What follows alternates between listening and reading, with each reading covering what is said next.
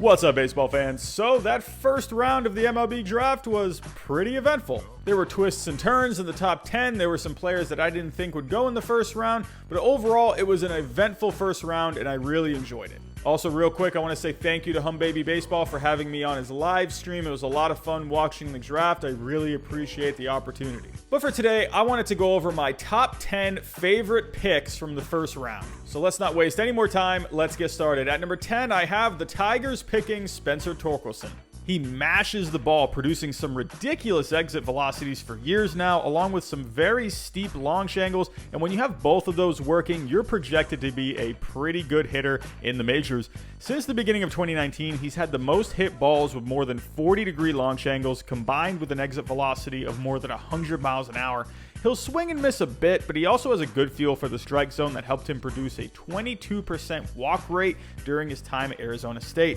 Actually, in a shortened 2020 season, in 82 plate appearances, he walked 31 times and only struck out 15 times. It's very likely he'll be one of the best hitters in the majors for years to come. At number 9, I have the Twins picking Aaron Sabato. Power is all the rage these days, and this guy has a ton of power, and he's one of my favorite hitters in this draft. At 6'3" and 220 pounds, he reminds me of a Jason Giambi, but on the right side of the plate.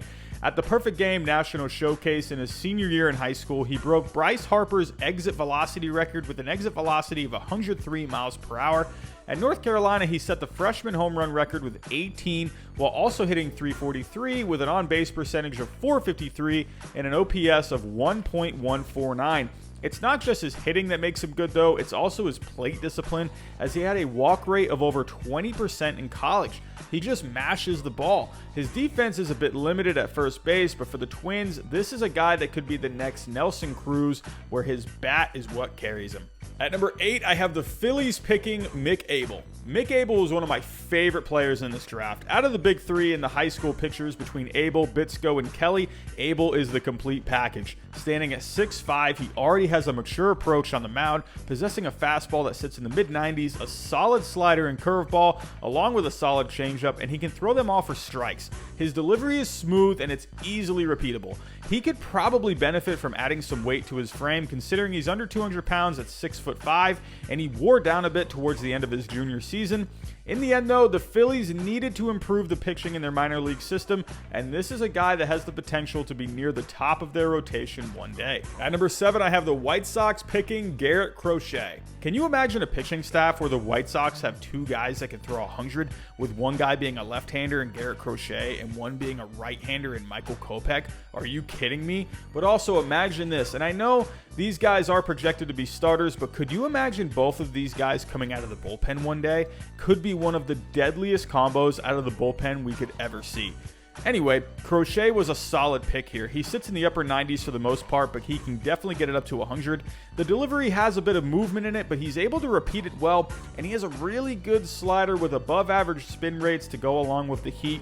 I loved this pick for the White Sox. At number 6, I have the Diamondbacks picking Bryce Jarvis. Jarvis was one of my favorite pitchers heading into this draft. He's not the biggest guy, he doesn't throw the hardest, and he doesn't have the best off-speed stuff in this draft, but he does everything well, and he's just a gamer. In each year at Duke, he was very committed to improving, and it really showed. In his first year at Duke, he was used more out of the bullpen, and in his junior year, he did start more, but he saw his ERA get close to 4, but in 4 starts this year, he was lights out, going 3-1 with a 0.67 ERA and 40 strikeouts in 27 innings pitched.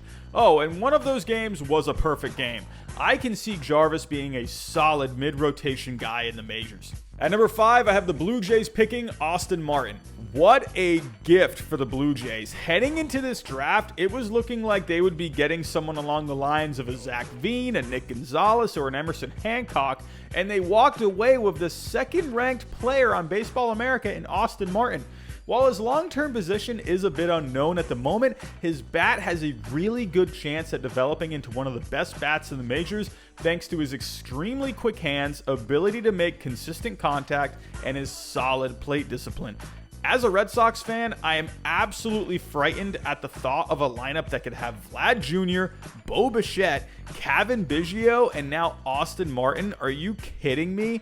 look out for the Blue Jays in the next few years. At number 4, I have the Cardinals picking Jordan Walker. Jordan Walker overall was one of my favorite players in this draft. He's got a good head on his shoulders, was a really good student in high school, and he still wants to get his degree at Duke one day. His parents were both very big into their studies, with his dad going to MIT and his mom earning a degree in business economics at Washington University. As for baseball though, he compares a lot to Jermaine Dye. Just a tall, thick guy that projects for a lot of power, which Walker himself says is his best tool.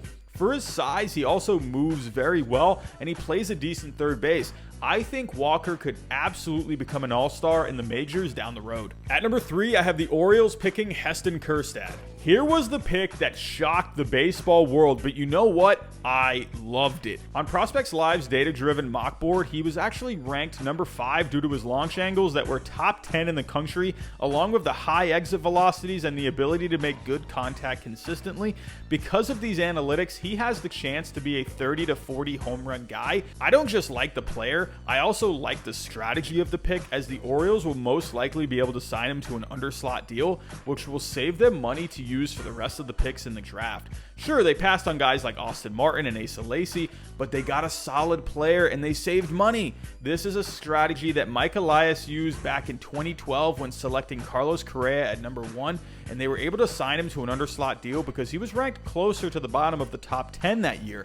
For the most part, that strategy has worked out. This is a win-win, a great pick for the Orioles. At number 2, I have the Cubs picking Ed Howard. I had the Cubs taking Ed Howard on my very first mock draft, but had him going elsewhere in my second and third mock drafts. I'm glad I was wrong about where he would end up going, because this is an awesome fit. He grew up in Illinois and played on the Jackie Robinson team in the Little League World Series. Out of all the shortstops in this draft, he has the most upside, already being able to play a smooth shortstop and already has a good hit tool with the potential for more power down the road. He could be a great fit for the Cubs one day. He could even be the face of the Cubs one day. I loved this pick. At number 1, I have the Rays picking Nick Bitsko. As a Red Sox fan, I hate this pick, but as a baseball fan, I love this pick. While I'm okay with the Red Sox picking Nick York, I was hoping the Red Sox would pick Bitsko for a few reasons. First off, he already has a great frame at 18 years old, standing at 6'4" and weighing 220 pounds. He's got a good fastball sitting anywhere from 92 to 97. He's got good off-speed stuff, and he has a smooth delivery. But on top of that, he's a big fan of all of the analytics that go into improving his game. Things like spin rates, spin efficiency, trajectory of his pitches. Bitsko loves all of that, and so do the Rays. I think because of these traits, he would have fit really well in the Red Sox system because they also like to use analytics. But for the Rays and the way they're able to develop players, it's possible they could have a future ace on their hands. So those are my favorite picks from the first round. Tell me down below in the comments, what were your favorite picks from the first round? That's all I got for now. Thanks for joining. Have a good day.